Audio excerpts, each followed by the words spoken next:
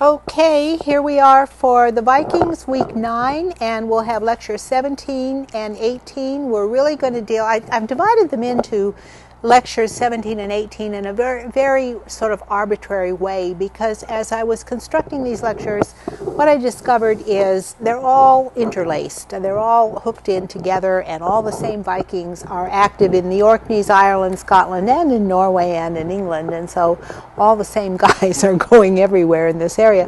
So the way the lectures turned out as I wrote them was that they're kind of hooked together.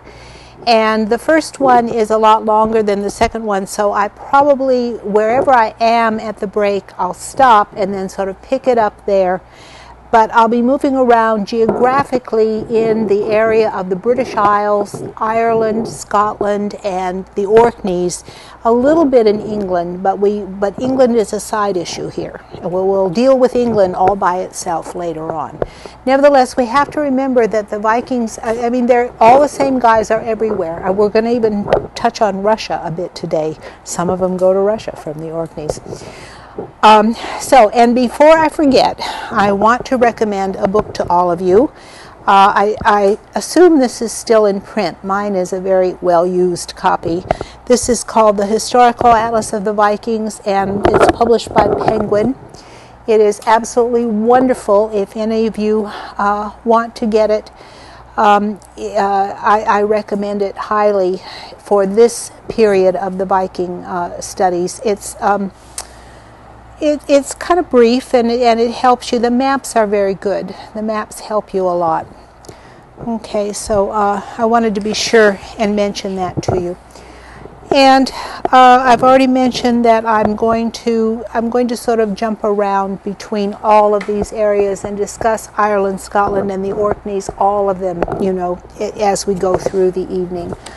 Okay, last time we talked about Viking technology. We talked about their shipbuilding that enabled them to go out into the wider world of the north, the northern hemisphere, and they went virtually everywhere until the continent of North America really stopped them.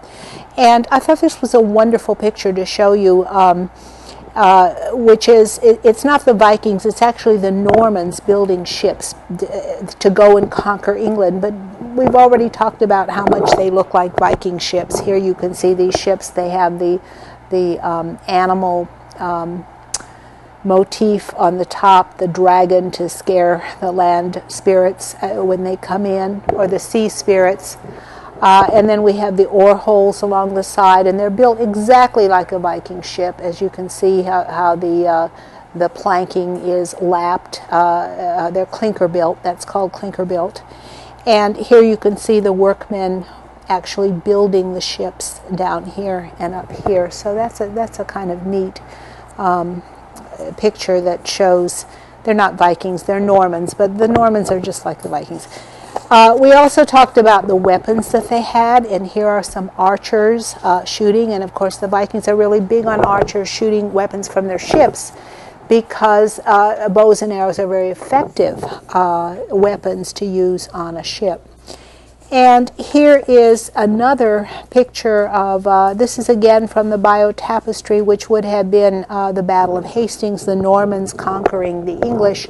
But the Normans are fighting on horseback, which they do because they have adopted continental styles of warfare. But the English, the Anglo-Saxons, are still basically using a Viking style of warfare. Look at their shields, look at their armor, look at their weapons. He's got an axe, he's fighting with an axe, and he's fighting with a sword, and he's fighting with a spear or a javelin, and their shields are the Viking style shields. There's some of them that have been beheaded in the margin. And so they still look very Viking in the Anglo-Saxon period. And we then looked at the first Viking invasions as they went along the rivers of Europe, and they went down the rivers of the continent. And I said the first Viking invasions, I spoke of some of the attacks on England and Ireland and the Orkneys Because they're simultaneous, and they're not organized raids. All these Vikings are just exploding out of Scandinavia all at the same time, and they're going everywhere, and they're not connected with each other necessarily, although some of them show up time and time again in all the different places of Europe, and we'll see that. So today we're going to focus on the British Isles, essentially. We're going to look at the Orkney Islands, which are just right at the tip here of Scotland, the northern tip of Scotland. Very easy to reach from Norway. You see what a short distance that is from Norway. And then it's just a little hop over to Ireland. And of course, the Orkneys, it's easy to move down if you have a base in the Orkneys to move down into Scotland. So that's really what we're going to look at today. Okay, now we're going to focus in a little tighter here, and here is a closer view. Here's Scandinavia, the Northmen up here. Here are the Orkneys, and this was the first place that people went. But then here are the Shetlands, and here are the Faroe Islands, and then it's just a little bit of ways to go to Iceland over here. So all of these are related. And this is like a super highway. Everybody's going back and forth all the time, and we'll hear all of these different places mentioned as we look at the different chronicles that we're going to look at. And of course, from the Orkneys, you can go down into Scotland and down into England. You can sail around here to Ireland, and we'll trace them as they go that way. Okay. This is just a little bit tighter focus here where we can see the Faroes, and a little tighter scan on it. And now we're very close to the Orkney Islands. We can see all the different islands, and this is the mainland of Scotland down to the south. This is Caithness. And I've labeled the waterways with a blue label. I've labeled the islands. The names of each of the islands are labeled in red, and each of the towns are labeled in green. Okay, and we'll see this map several times. I just labeled everything, and then we'll look at it again. Before we actually start the lecture and talk about the islands, why don't we check in with our off-campus sites? Do we have our people in Sugarland there? Yes, I'm here. Oh, all by yourself? Just one. Okay. How about... Wait, but here. Somebody else came in? No, not yet. Oh, okay. How about Katie? Is anybody at Katie? We might not have a picture from Katie. Okay. Well, this is the week after your midterm was done. I'm sure you're all exhausted, but it's very important to keep up. Okay. All right. We're glad you're there in Sugarland. And be sure to ask questions if you want to anytime. Okay. Now, the Orkneys were perhaps the first Viking colony, and the first settlers were there in the 780s, about contemporary to Charlemagne. They were there at about the time of Charlemagne in the 780s, settling there. The major source for the Orkneys is the Orkneyinga Saga. It is the history of the Earls of Orkney. And here is the Orkneyinga Saga again. It is published by Penguin Classics, and it's very easy to get. It's probably at your local bookstore where you shop for books. And it's a wonderful thing. If you're doing the Orkneys, I mean, there's a complete history of the Orkneys, but then also all the kings of Norway are participating in what's going on in the Orkney Islands. They keep coming. Every single king of Norway comes to the Orkneys and gets involved. I mean, he comes in person and leads campaigns of conquest in Scotland. And so if you're researching any of the kings of Norway, you can check this chronicle. This is virtually the only source for Scotland. Well, not the only. The Anglo-Saxon Chronicle has some stuff on Scotland. It's virtually the only source for Ireland, because there's no chronicle of the Irish invasions, and so there's no specific chronicle for Scotland except the Orkneyinga Saga. So it's a really wonderful saga. It's fun to read, and it's very interesting. It follows the very same pattern that Eöl Saga follows, and I'm going to read you some passages from it. So it's really a nice saga to read. It's a unique historical document. It's about the Northern Isles and Caithness becomes a part of the Northern Isles. And I showed you that Caithness is that northern tip of Scotland. It is virtually part of the Orkney Islands. The Orkneyinga Saga traces the lives of the earls for over 300 years, from the 9th century to the 13th century. And as I said, it also includes accounts of Norway and Scotland and northern England. And in fact, the Orkneys were closer politically to Norway than to Scotland. And one of the reasons why is because Scotland was not very tightly organized at the time. I mean, there were lots of individual tribes, lots of different ethnic groups in Scotland, all of them vying for power, and there was no central authority.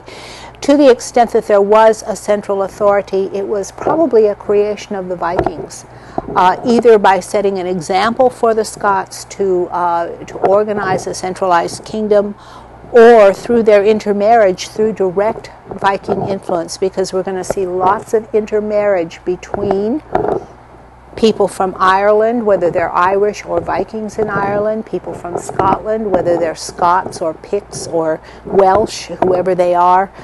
There's a lot of intermarriage with the Vikings in the Orkney Islands. And so we've got a melting pot going on here, and the shaping of a culture from virtually nothing, because there were no political entities, really, no political organization in Scotland or in the Orkneys before the Vikings came. Now in Ireland there was something of a political organization, but we'll kind of save Ireland for later. It's a little bit different. The Orkneyinga Saga was written by an Icelander, probably around 1200, so it's kind of late. And nevertheless, the last part of it would be closer to the time of the author. Again, it was probably oral history before it was written down, but the poetic license of the saga writers is notorious. So we can't trust it exactly, but we can trust it as an oral document that gives you something of the flavor and the pattern of what was going on. It was anonymous, but the author was from Oddi in southern Iceland, and I'm sorry I didn't bring a map of Iceland, but I'll be showing you where Oddi is in southern Iceland. And the author had a special connection with the Orkneys. Snorri Sturluson used it as a source for Heimskringla, and two of Snorri's foster brothers had dealings with the Earls of the Orkneys in the late 12th century. An important Orkneyman stayed with Snorri from 1205 to 1207, and like the Earls of Orkney, the men of Oddi traced their ancestry back to Earl Ragnvald of Moor. And so they're all descended from the same ancestor, which is one reason. I mean, the Vikings are really into keeping this family history, and that's why they remember it. They're really into genealogy. Speaking of genealogy, I've put a new category on our website. Okay, there's a new little icon there, and it's labeled genealogies. And the first genealogy that's in there is this one, the genealogy of the Earls of the Orkneys. I might have to play with it a bit. I put it on, and then I tried to print it out on my own printer, and it wouldn't print the whole thing. It only printed what was shown in the picture on the screen. So I'm going to have to play with it a bit and see what has to be done to it to make it. What I did was just scan this handwritten document I did in. And I'm going to be referring this throughout the lecture, and I'll point out all of these different people, but hopefully you'll be able to print it out from this very same document from the website. Okay, so here are all the Earls of Orkney starting in about the 9th century and going down to the last one on this, who's dated on this, died in 1206.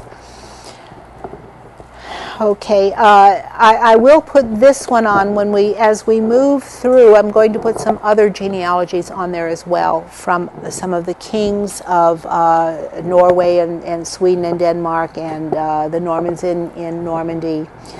And so I'll put some more genealogies in that little pocket on the website. Okay.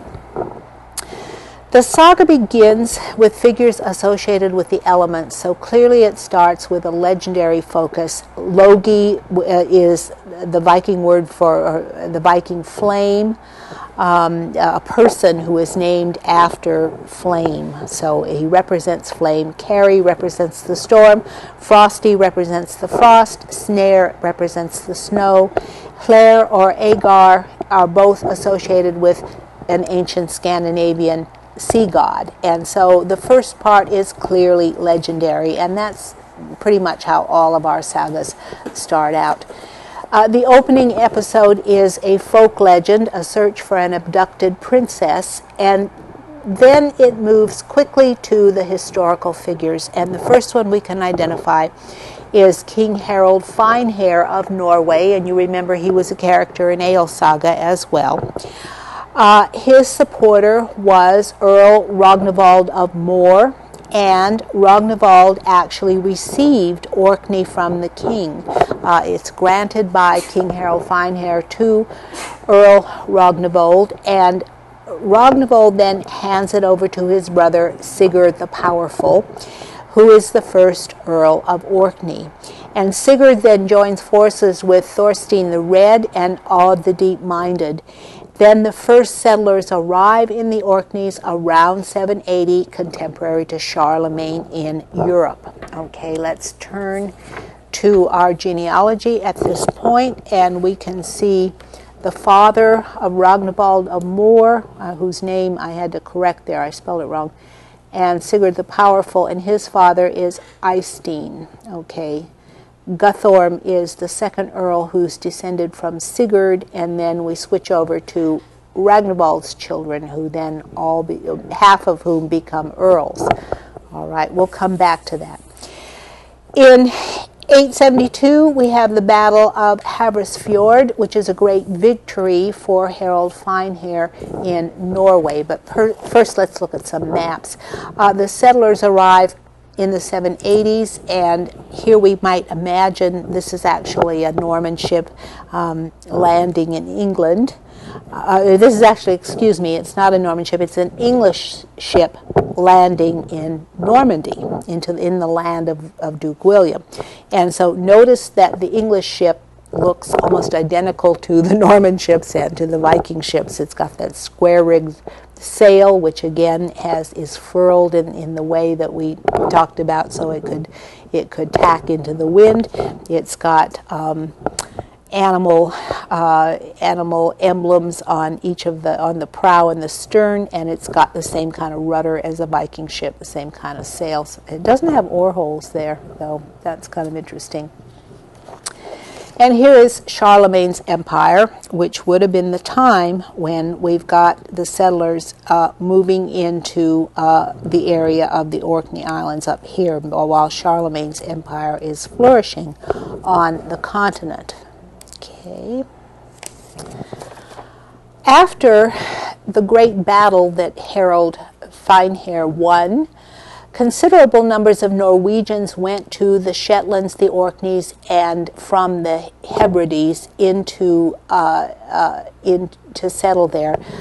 And then they settled there, and they lived there for a while, and then they practiced Viking in reverse. What they did was turn around and live in the West and do their raiding in Norway. And these are commonly people that are called pirates in the sagas, but they were Vikings. I mean, instead of being based in Norway, Sweden, and Denmark, they lived in the Shetlands, the Orkneys, and the Hebrides, and they then raided the homeland.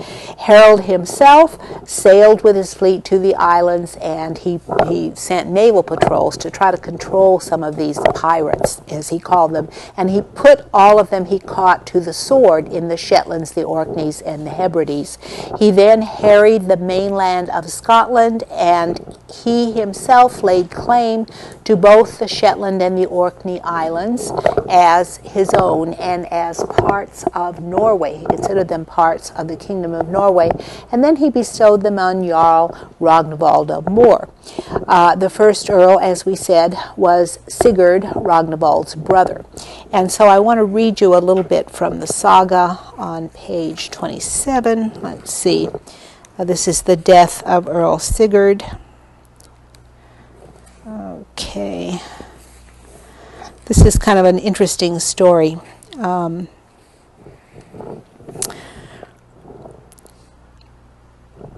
Earl Sigurd became a great ruler. He joined forces with Thorstein the Red, the son of Olaf the White. Okay, let me go down. He captured the Scots. Earl Sigurd had a stronghold built in the south of Moray. A meeting was arranged at a certain place between him and Malbright, Earl of the Scots, to settle their differences.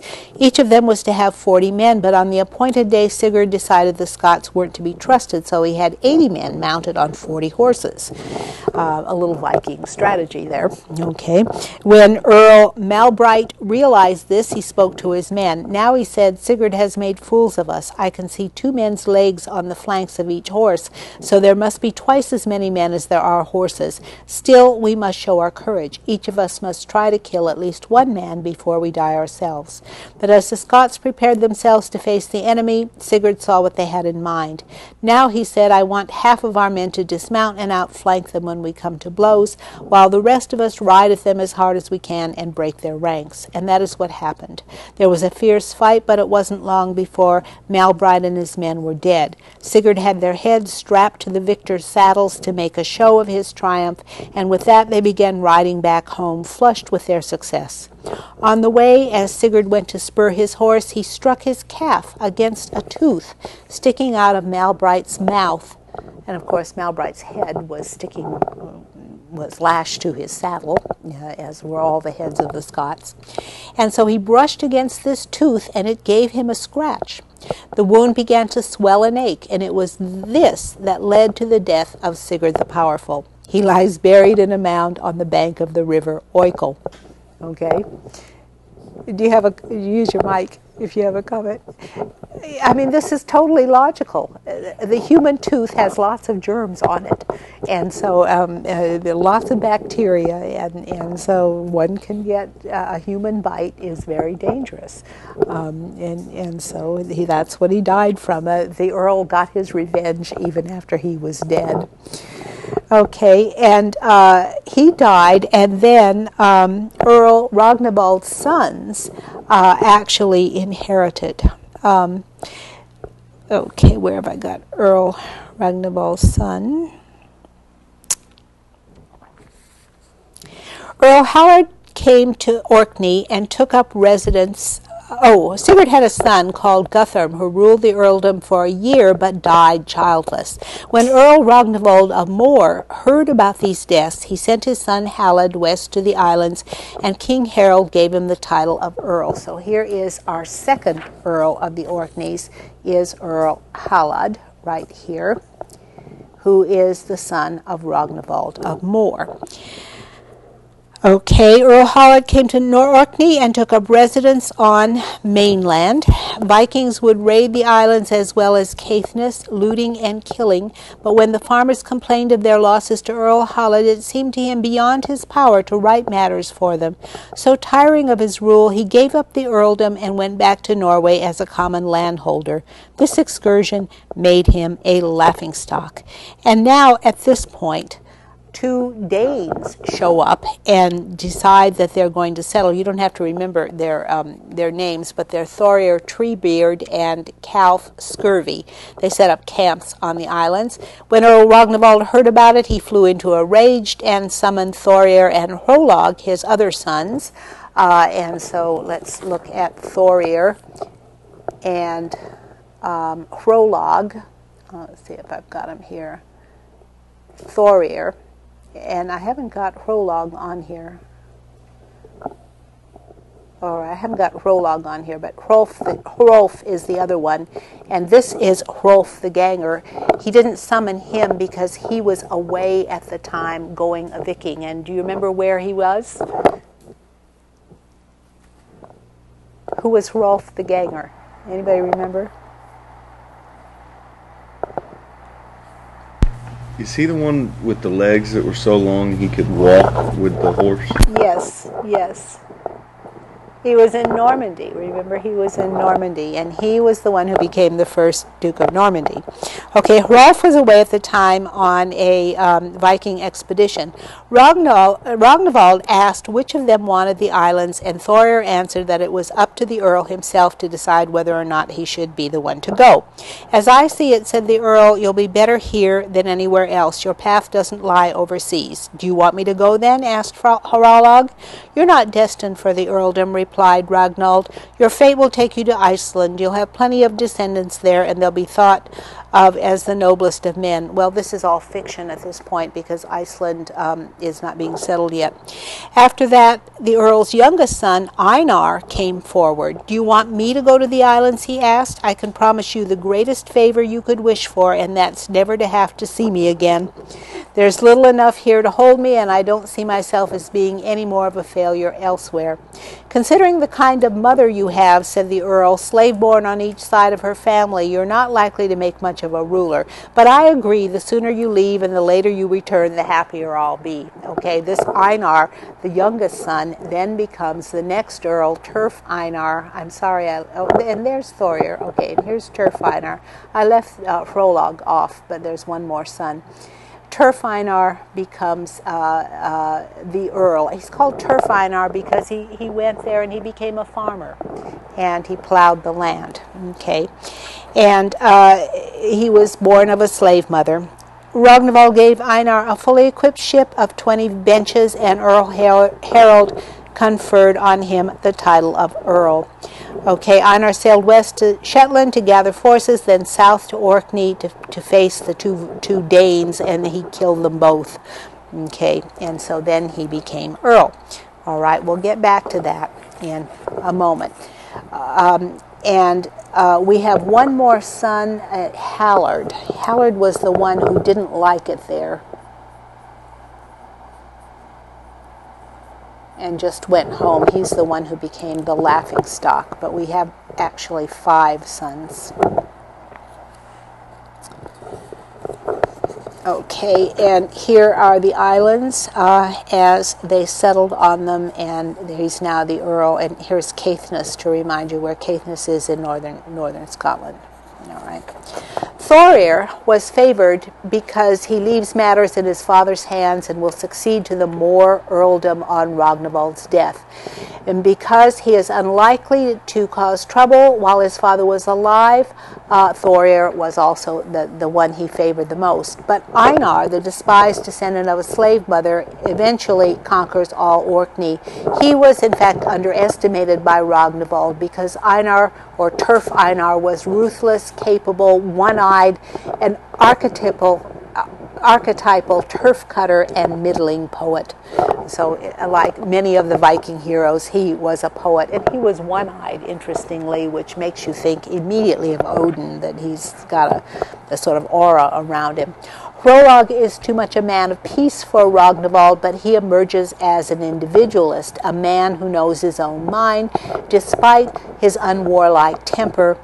And Hrolf the Ganger will be the founder of Normandy. Okay, let's look on page 26, and we'll see the founding of the Orkneys.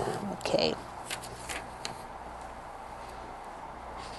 Okay, now this is really the discussion of Hrolf. It's not the founding of the Orkneys.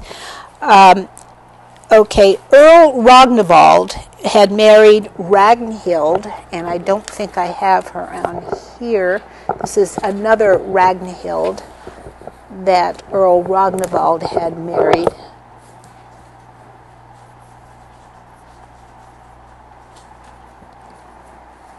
Okay, and so that was his wife, and she was the daughter of Hrolf Nose, and it was their son Hrolf, here, Hrolf the Ganger, who conquered Normandy. This Hrolf was so big that no horse could carry him, which was why he was given the name Rolf Gonga Rolf, or Rolf the Ganger. The Earls of Rouen and the Kings of England are descended from him. So he is claimed as the ancestor to the Normans and eventually the English as well. Okay, the great men of the Orkney are often simultaneously marauding sea kings and hardworking farmers like Kvedolf in Earls Saga. And I wanted to show you this picture. I actually had a picture of Rolf. He is also called Ru or Rollo, and here he is being baptized a Christian, and he was baptized at the moment he was made Earl of Rouen, actually, or Count of Rouen. And here is the descendants of the Dukes of Normandy here, and the kings of England from him, William the Conqueror being his direct descendant. Okay. And here is, he's kind of like, they're marauding sea kings and hardworking farmers like Kvedolf in Earls Saga. And here's a little sketch of them. Okay.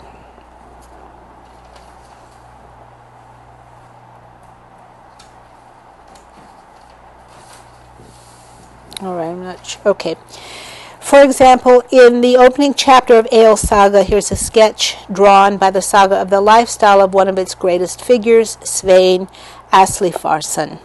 This is how Svein used to live. Winter he would spend at home on Gersey, where he entertained some 80 men at his own expense. His drinking hall was so big there was nothing in Orkney to compare with it. In the spring he had more than enough to occupy him, with a great deal of seed to sow, which he saw to carefully himself. Then, when that job was done, he would go off plundering in the Hebrides and in Ireland on what he called his spring trip. Then back home just after midsummer, where he stayed till the wheat fields had been reaped and the grain was safely in. After that he went off raiding again till the first month of winter was ended. This he used to call his autumn trip. Okay, you remember that from, and that's the kind of lifestyle that they live. Great halls, such as these mentioned here, are scenes of feasts and killings and burnings throughout the narrative. Svein, later in the saga, has so much power and wealth that the Earl is displeased. Okay.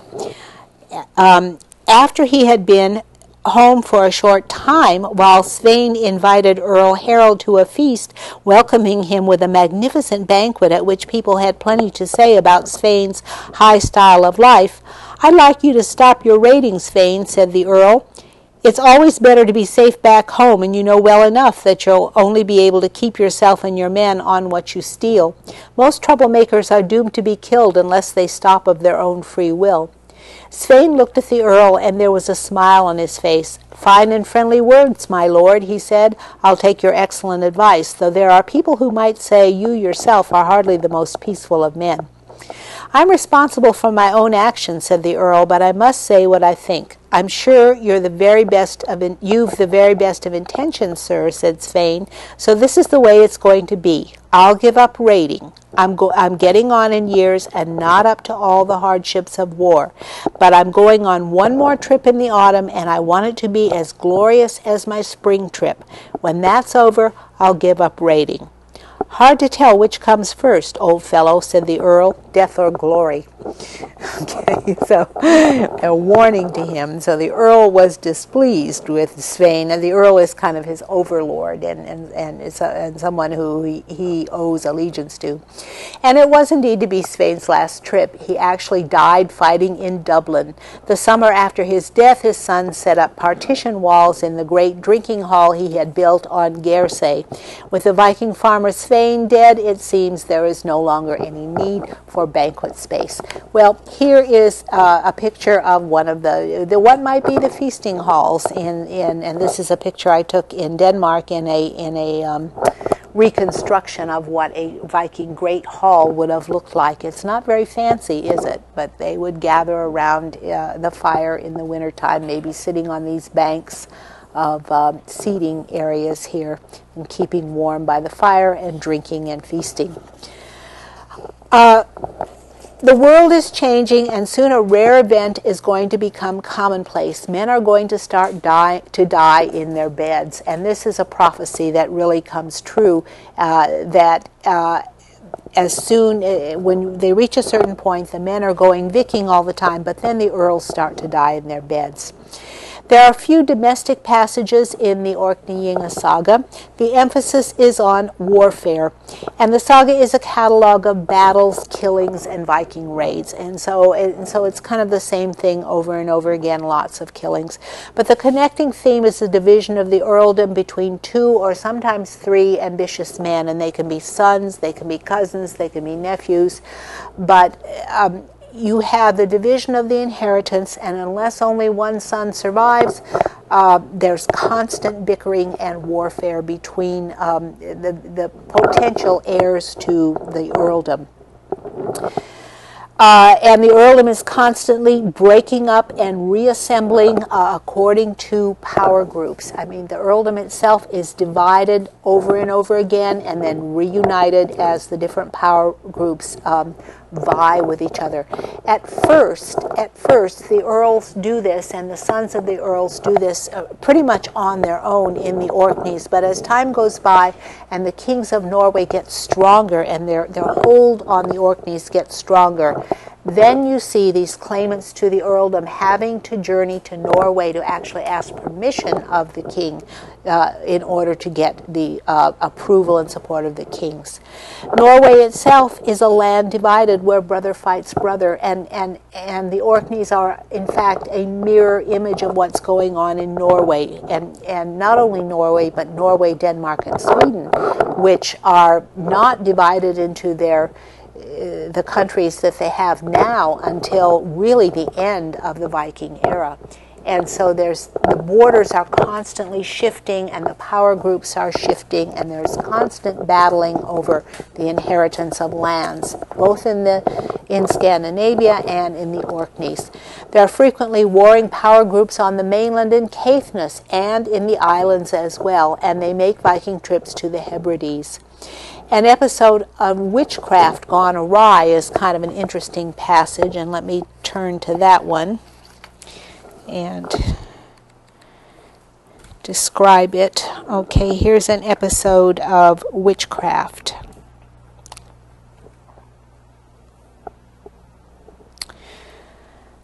During the reign of the brothers Harold and Paul, a Christmas feast was arranged on Earl Harold's estate at Orkney, as he was to provide for them both. He was busy with the preparations. Their mother Helga and her sister Frakok were staying there at the time and happened to be sitting in a small room getting on with their needlework when Earl Harold came into the room. The sisters were sitting on the cross dais, and a newly made linen garment, white as snow, was lying between them. The Earl picked it up and saw that in many places it was stitched with gold thread. "Whose is this treasure?" he asked. "It's meant for your brother Paul," answered Frakok. Now Paul and Harold were actually both earls. They were joint earls, and they were fighting each other for the earldom. So Harold comes in, and his mother says, "It's meant for your brother Paul," answered Frakok. "Why take such pains making clothes for him?" asked the Earl. "You're not so particular when you make mine." The Earl had only just got up and was wearing nothing but a shirt and linen breeches, with a tunic thrown over his shoulders.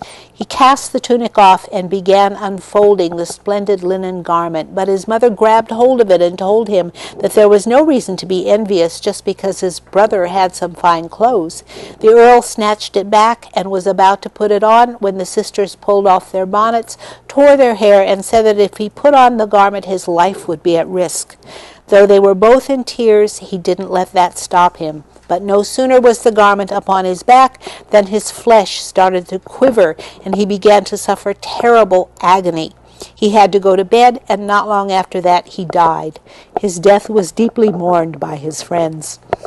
Okay, so here is a spell cast on this shirt, which was meant only for his brother Paul. And indeed, his brother Paul then, when Harold dies, Paul gets to be the Earl. Well, we'll come to that episode again later. A voyage was taken by Earl Ragnvald Kali to the Holy Land, and Ragnvald Kali is at the very end of our genealogy. We're going to go through several generations, and some of the names are the same. Here's another Ragnhild who marries some brothers here, and we have a Ragnvald Bruseson here, but the Ragnvald Kali is here, down here at the bottom, and he actually died in 1158, so it's late in the story that Ragnvald Kali actually makes a pilgrimage to Jerusalem. It's a really interesting pilgrimage. It's the central quest in the story, and the Earl's ships are crewed by men who are as much Vikings as pilgrims. And in fact, as they go on their journey to the Holy Land, they're raiding the towns all the way as they go all along the route to the Holy Land. They visit Narbonne, and there Queen Ermengarde enters with her maidens, and the girls play music to entertain their guests. Rognvald gets his hands on her, and I'm not going to read the passage, but he falls in love with her, and we have this sort of romantic story of his deep love. It's almost like courtly love entering into the Viking saga of Rognvald's deep love for Ermengarde. And then as he goes on the rest of his journey, every time he slays somebody or is in a wonderful battle, he sings a song to Ermengarde and says, "I'm doing this for Ermengarde." And so the romance comes in. Well, here are some Danish soldiers, so you can sort of picture these pilgrims going along as armed soldiers to the Holy Land. And here is the route that they take. They actually go along here. They may go this way, but they go to Narbonne. They get there this way, and then they sail around Spain and go this way to the Holy Land, and then they come back actually overland this way, and we'll look at them again in a little more detail later. Okay. The story links together affection and bloodshed, romantic love, and earthly desire. The major set piece of the journey is a battle in the Mediterranean with an Arab ship, and one of the toughest Viking captains on the expedition is William, the Bishop of Orkney. And William, by the way, is a Norman name, which is kind of interesting, but the bishop is just fighting right alongside all of these Orkney men. The first Earl of Orkney, as we said, is Sigurd the Powerful, or he's sometimes called Sigurd the Strong, but Sigurd the Powerful, and he joins forces with Thorstein the Red, son of Olaf the White, and Odd the Deep-Minded. Together they conquer the whole of Caithness and a part of Argyll, Moray, and Ross, and Sigurd builds a stronghold in Moray. Actually, that's a typo. It should be Moray. The same as this one. He meets with the King of Scots, and then he fights his men. Okay, and so here is essentially, here are the Orkneys kind of off this map, but he ends up conquering really most of this area here, as far as I can reconstruct the conquest that he has. So here is Caithlin, and then moving down into this area, into Sutherland as well, is the area of his conquest. Two Danish Vikings set up camp, and he sends them off to Iceland. Einar, Sigurd's youngest son, takes a ship of 20 benches, and Einar sailed west to Shetland and then to Orkney and kills the two Danes. The sons of Harold Finehair then attack and kill Earl Rognvald of Moor, and then they flee to the Orkneys. Okay, so now we've got the sons of King Harold Finehair, and one of them, Halfdan, then conquered the island. Einar came back to fight him and then won. And so let me read you the account of this. This is a very Viking tale of Einar's fight with Halfdan. Okay. Halfdan Longleg arrived in Orkney, and when the news got around that one of King Harold's sons had turned up, it frightened everyone. Some of the people offered him allegiance, but Earl Einar fled the islands over to Scotland. Halfdan conquered the islands and set himself up as a king over them.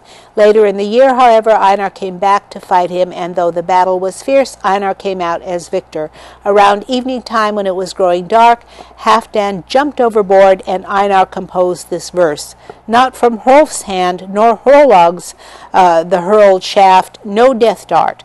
Our duty is to the dead, our father. Here the fight grows fierce, while at Moor, what says the ale-swilling Earl? Naught of the sword swing." In the morning, as soon as it was light, they set out and scoured the islands to see whether anyone had got away. "I don't know what it is bobbing up and down over there," said Earl Einar. "It's either a bird or a man. Let's go and find out." And that's where they found Halfdan Longleg. Einar had his ribs cut from the spine with a sword and the lungs pulled out through the slits in his back. He dedicated the victim to Odin as a victory offering and then made a verse. Okay, he did the blood eagle that we mentioned before that often is done to an enemy that they really despise. Okay. King Harald would not allow his other sons to avenge this death of his son Halfdan, and so the king himself sailed to the Orkneys, and Einar, because he had killed the king's son Halfdan, then fled to Caithness. Mediator set out to reconcile them, and King Harald imposed a tax of 60 gold marks on the islands, and 60 gold marks is an enormous amount of money. Einar nevertheless paid the whole sum out of his own pocket, and thus he held all the lands in fee. So by paying this fine, he then held all the lands, and this is Turf Einar. Einar ruled over the Orkneys for many years and died in bed. He had 3 sons, Arnkel, Erland, and Thorfinn the Skull Splitter. Okay, let's look at our chart a minute, and here are Einar. Here's Turf Einar and his sons Ankel, Erland, and Thorfinn the Skull Splitter. Each one in turn, not in turn, they were all earls of the Orkneys. Okay. They shared the inheritance. They didn't have. Okay, and here is our map of the Orkneys to remind us again of it. Here is Caithness. King Harald died, and Eric Bloodaxe then ruled Norway for a few years. Then Jarl Hakon took over, and Eric Bloodaxe fled. Okay, the same situation is happening in Norway, civil war. Earl Thorfinn Skull Splitter then took control of the islands, and all the sons actually had a civil war, and Earl Thorfinn Skull Splitter ended up taking control of it. He then had 5 sons, and you think you had a civil war with 3 sons. Wait until there are 5 sons. And this is a wonderful story. It's very funny. He had 5 sons, Arfinn, Havard the Fruitful, Hlodvir, Lot, and Skully. Ragnhild, Eric's daughter, and this is the daughter of Eric Bloodaxe, she married Arnfinn, the oldest son, but Ragnhild murdered him, and then she married Havard the Fruitful, and because she wanted Havard to succeed to the earldom. And let me read you that story because it's kind of interesting. Okay. Earl Havard had a nephew called Einar Buttered Bread, a respected chieftain with a good following. He used to go plundering in the summer. Havard invited him to a feast, and in the course of it, Einar and Ragnhild talked a lot together. She kept telling him what a fine leader he was and how much better fitted for the earldom than his uncle Havard. It would be a luckily matched woman, she said, who married him. Einar pleaded with her not to say such things, a respectable married woman and the wife of the greatest man in Orkney. My married life with Havard won't last much longer, she said, and to tell you the truth, though you may not want the honor for yourself, there are men in Orkney who wouldn't be so high-minded about it. So she prodded him on, and Einar, swayed too by his greed, let her influence him. Eventually he was persuaded to betray the earl, his uncle. Ragnhild and Einar made a bargain that he was to kill the earl, and then she would marry him. Einar, that is Einar. Not long after, Einar got ready for a journey, but before he set out, a seer in his company gave him a warning. Don't do your work today, he said. Leave it till tomorrow. If you won't, there are going to be killings in your family for years to come. But Einar ignored his words. At that time, Earl Havard was staying at Stennis on mainland. That's where he and Einar came face to face, and where Havard was killed after a short, sharp battle. The place is called Havard's Field nowadays. When people heard about it, they spoke bitterly of Einar's contemptible part in the affair, and Ragnhild refused to have anything to do with him because people were contemptuous of him. She said it was an out-and-out lie that she'd made him any promises, and sent for Einar Hardmouth, the son of another of Havard's sisters. When they met, Ragnhild told him it was a disgrace that the earl's kinsman had taken no revenge, and that she would do all she could to make sure revenge was carried out. It's plain to see, she said, the man who avenges the earl will earn the respect of all decent people and be the one to get the earldom, too. Common talk has it, my lady, that you don't always say quite what you're thinking, said Einar. Anyone who carries this off will want more than the earldom. He'll expect other things from you just as important. So their conversation came to an end. After that, Einar Hardmouth led an attack on Einar Buttered Bread and killed him. But then Ragnhild sent for Lot, the brother of Arnfinn and Havard, and it was him she married. Lot took over the earldom and turned out to be an excellent leader. Okay, so here we have a Viking woman who gets into political ploys just like Viking men. Here are the brothers that she killed. First she had Arnfinn killed, then she had Havard killed, and then she married Lot, and she remained faithful to because he was a good earl. Okay. Ragnvald, then, we skip a couple of generations, and then Ragnvald, Bruce's son, went all over the Viking world, and he even went to Russia. Okay, let's look at... okay. Well, he even went to... We'll read about him in Russia later. There were also raiders in England. One summer, Earl Thorfinn went raiding in the Hebrides and various parts of Scotland at anchor off Galloway, and sent troops south to raid the English coast, because people had taken all the livestock out of reach. When the English realized that the Vikings had arrived, they gathered together, made a counterattack, and recovered all that had been stolen, and killed every able-bodied man among them except for a few. A few they sent back to tell Thorfinn, and this was how they discouraged the Vikings from their raids and looting. The message was put in distinctly abusive terms. Okay, I want to mention the Hebrides are here at the north of Scotland. Here, the Orkneys are over here, the Hebrides are here, and the Vikings controlled all the islands on this coast of Scotland, on the west coast of Scotland. And so Galloway is just right down here in this area, and so this is where they were raiding in England, along that area. Okay, and so you can see it a little better here. Here are the Orkneys, here are the Hebrides, and this is all, eventually, this is all Viking territory. They're all raiding down here, and here is Galloway over here. Okay. The Earl was none too happy about his men being killed by the English, but said there was nothing to be done about it, though he added that if the English were to be paid back for their mockery and abuse, he was the man to do it. As long as he was still alive the following summer, they would surely be meeting again. At that time, Hardicanute ruled both England and Denmark, so that was about 1040 to 1042. Thorfinn sailed to Orkney and wintered there. In the spring, he raised a levy throughout his earldom. He was the earl at that time. He sent word to his nephew Ragnvald for help. Okay, now let's catch up here.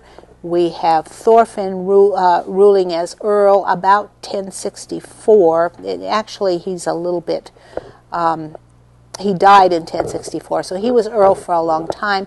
And here is Ragnvald, Bruce's son, who is the one that Thorfinn sent for.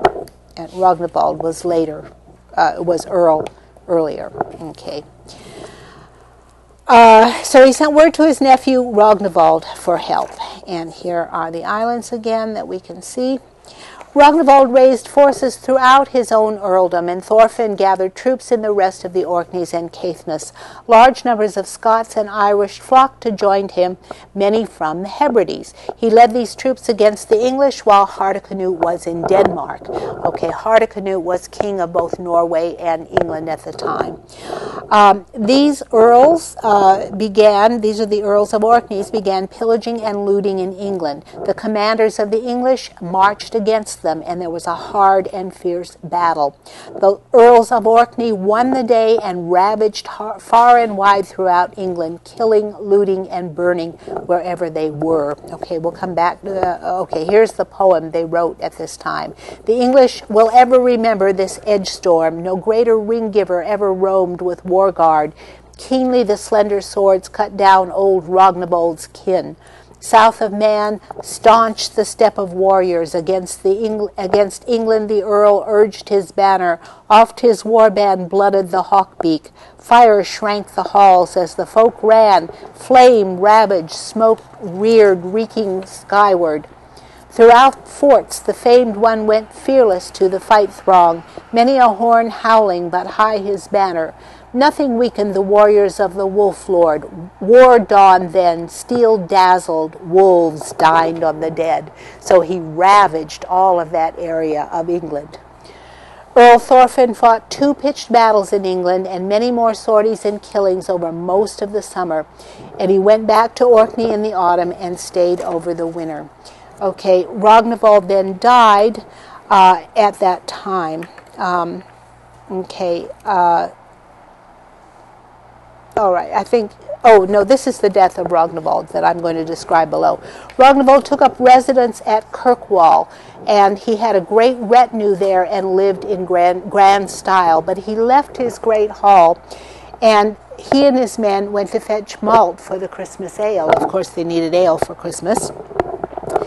When they got to the place where they were going to fetch the malt, sitting at the fire, Ragnvald made a slip of the tongue.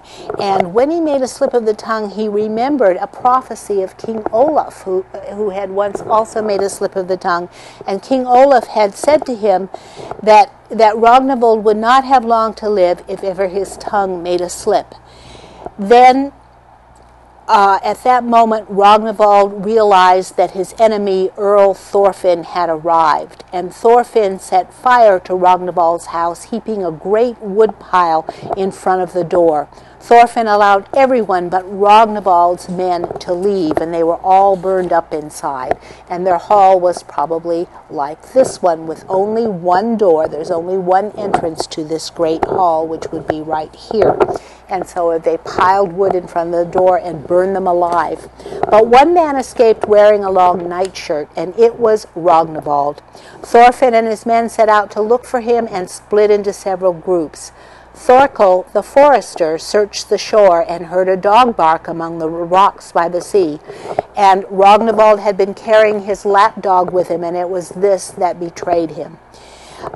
Thorkel the forester killed him on the spot, and Thorkel doing the deed because no one else would. Earl Thorfinn and his men then killed every one of Ragnvald's companions during the night. In the morning they took the cargo boat and loaded it with malt and went aboard and ranged Ragnvald's shields along the prow, so that they were going to sail to Ragnvald's home, pretending that they were Ragnvald, and they had just the right number of men so they could surprise the people at Kirkwall. They sailed to Kirkwall and pretended to be Ragnvald and killed all the rest of Ragnvald's men in Kirkwall, who were mostly King Magnus's friends and retainers.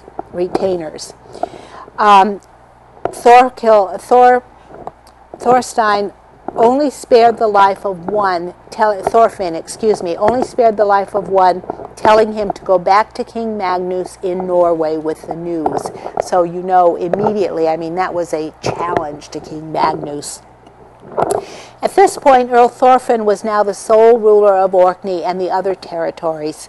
He would go Viking from time to time to West Scotland and Ireland, but he also spent some time in England as the leader of the king's bodyguard. When he heard that King Magnus had died, he sent envoys east to King Harold, Sigurdar's son, who had succeeded him. And this Harold is Harold Hardrada. Okay.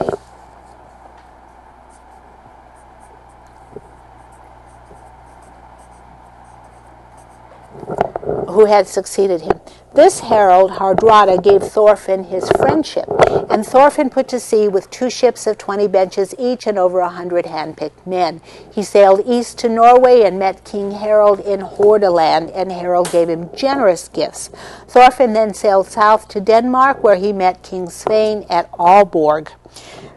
Svein invited Thorfinn to stay with him and feasted him in grand style. Thorfinn then announced his intention to visit Rome, and he went to Saxony and met the Emperor Henry, who was the Emperor of Germany. And the Emperor Henry gave him a warm welcome and many fine gifts, including a number of horses.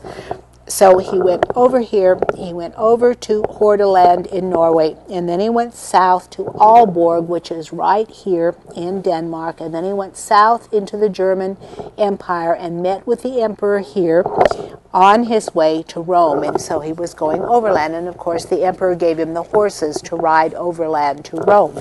Thorfinn went on to Rome and had an audience with the Pope and received absolution from the Pope for all his sins. And then Thorfinn returned to his earldom. And he had, in fact, converted to Christianity at that point by visiting the Pope. To quote the saga, by now he was finished with piracy and devoted all his time to the government of his people and country and to the making of new laws. He had his permanent residence at Bercy, where he built and dedicated to Christ a fine minster, the seat of the first bishop of Orkney. So he built a church. He clearly had become a Christian, and he was playing the role of a Christian king.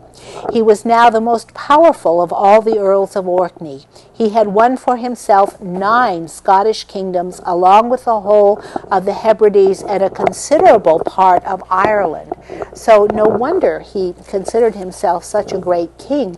And this is approximately the territory that he ruled, this huge area of Scotland and also a part of Ireland. I'm not sure exactly what part of Ireland he actually ruled here, but he had an enormous earldom. The Raven Feaster ruled right from Dublin. What I say is certain to the giant skerries. So that was the extent of his lands.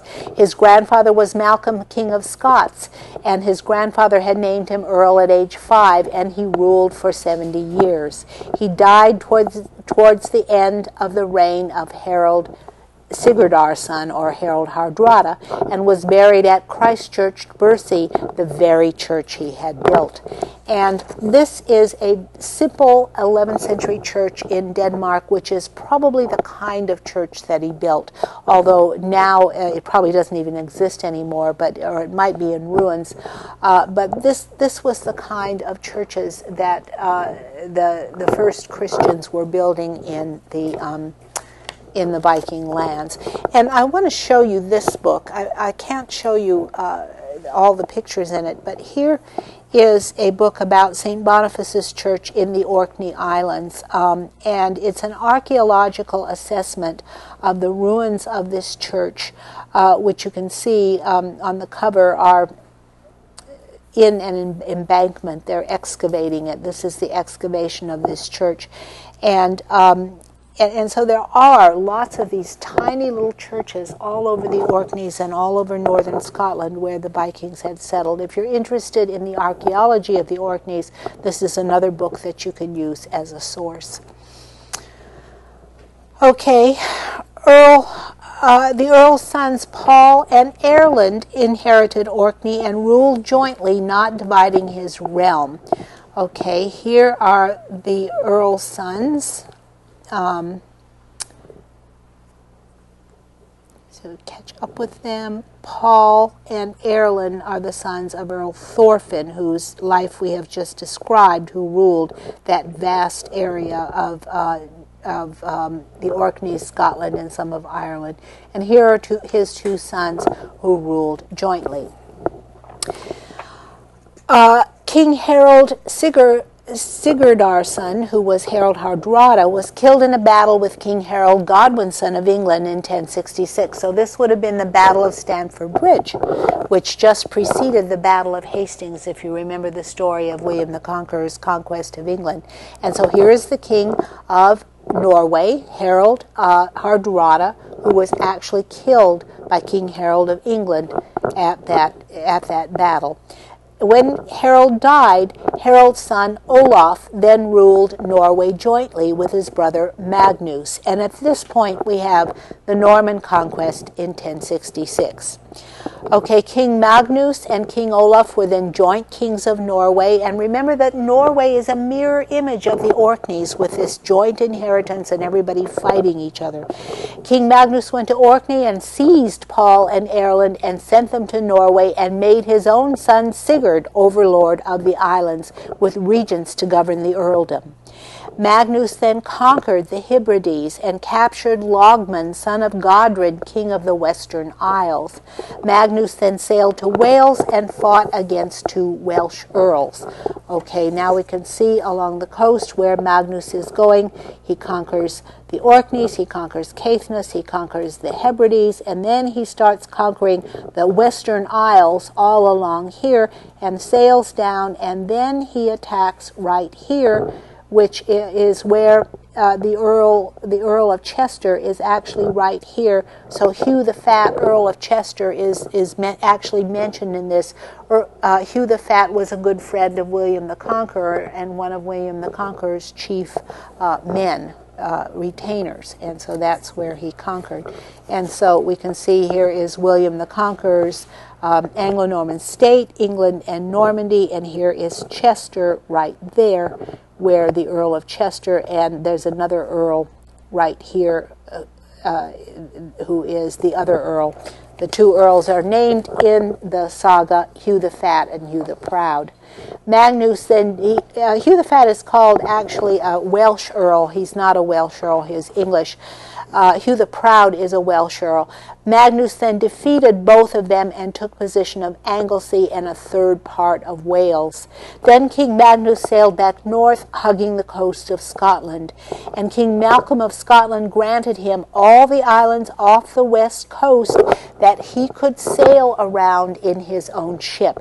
But Magnus played a trick on King Malcolm of Scotland, and what he did was sail his boat around the peninsula of Kintyre and then hauled a skiff across the narrow neck of land at Tarart, which was the peninsula, and so he then sort of stole that land from King Malcolm, who had granted him only the lands he could sail around.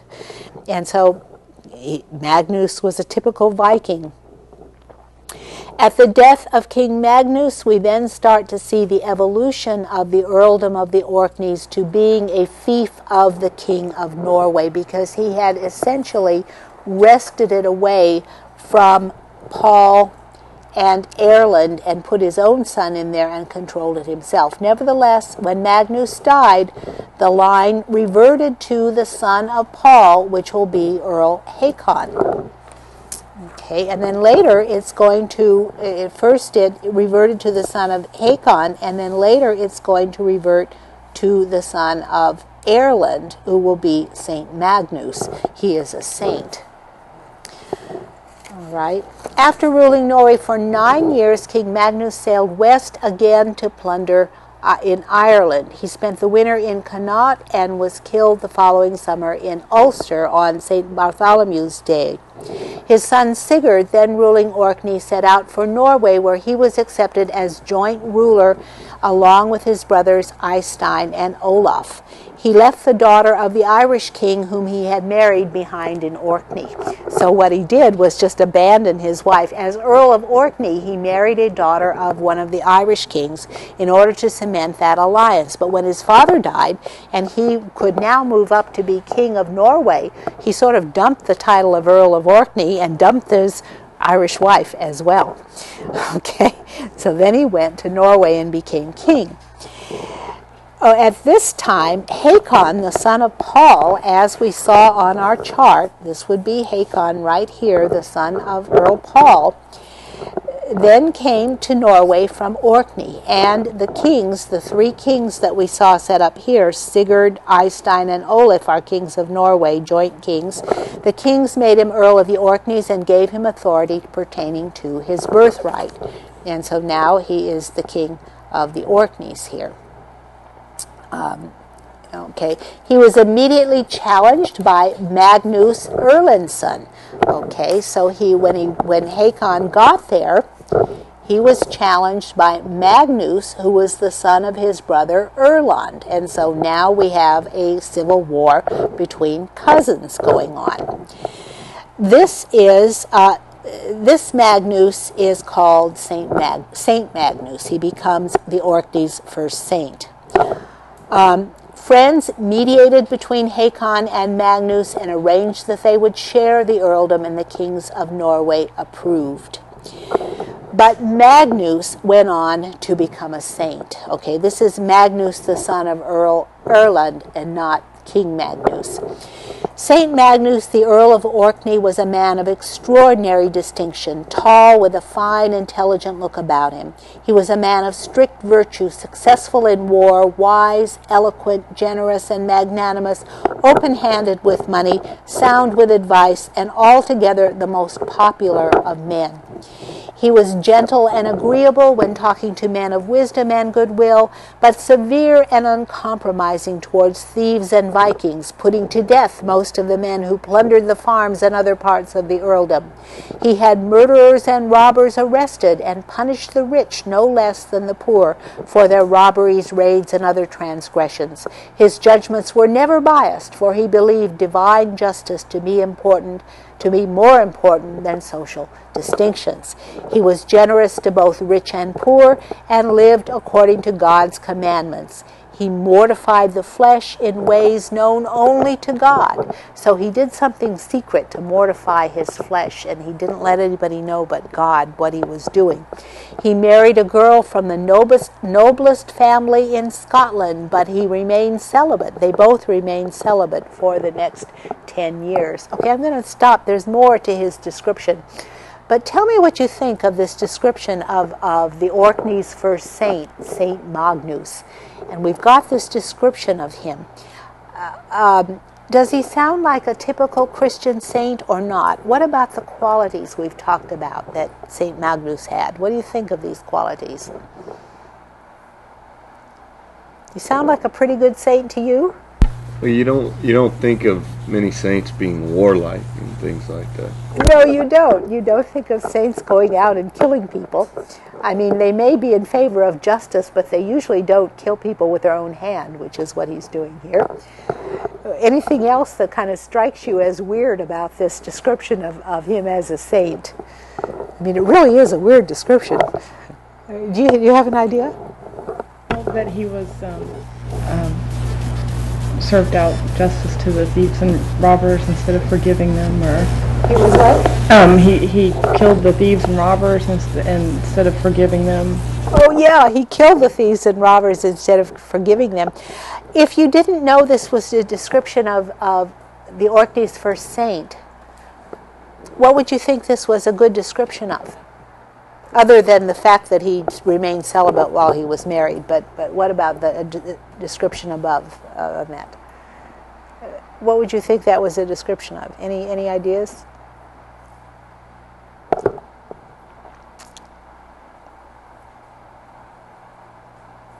It's an ideal of some kind. You want me to read it again and see what kind of an ideal this man is? He was a man of extraordinary distinction, tall, with a fine, intelligent look about him. Do we often see saints described according to how good-looking they are? I mean, we don't talk about saints as being necessarily good-looking as part of their good qualities. But he was a man of strict virtue, and that virtue was being successful in war. Okay, he was wise, he was eloquent, he could speak well, he was generous and magnanimous, open-handed with money, sound with advice, he gave wise advice, and altogether the most popular of men. He was gentle and agreeable when talking to men of wisdom and goodwill, but severe and uncompromising towards thieves and Vikings, putting to death men who plundered. Okay, men who plundered the farms and other parts of the earldoms. He had murderers and robbers arrested and punished the rich no less than the poor. He was never biased in his judgment, and he carried out justice. Okay, what kind of a description is that? What would you say that's a good description of? Not necessarily a saint. Of maybe just a good leader. Good leader. A king or something. Excellent. A good earl or a good king. Yes, and so here in the Viking eyes, when they construct a saint who is going to be their saint that they're going to revere for the Orkneys as they're edging into becoming Christians, their ideal saint is going to be an ideal earl, an ideal governor of the people who rules in a secular role as the Earl of the Orkneys. And so this is really interesting because it's their version of what they think a saint ought to be. And it's not really, it doesn't really conform to Christian ideas very much, does it? I mean, it really is distinctly Viking in the way that they describe their saint. Okay, let's do just a little bit more of this description. Whenever lust came upon Saint Magnus, he plunged into cold water and prayed to God for aid. Okay, that's kind of saintly. A saint would probably do that, but probably not so publicly proclaiming it. Well, Hakon was envious of the popularity and splendor of his cousin Magnus, and now we're going to see a terrible battle between them. But first we're going to take a little break, and when we come back we'll pick up the story of how these two earls, who are cousins, are going to fight each other. And at this point, Magnus is truly going to become a saint and a martyr. Okay, let's come back in about 10 or 15 minutes. Okay?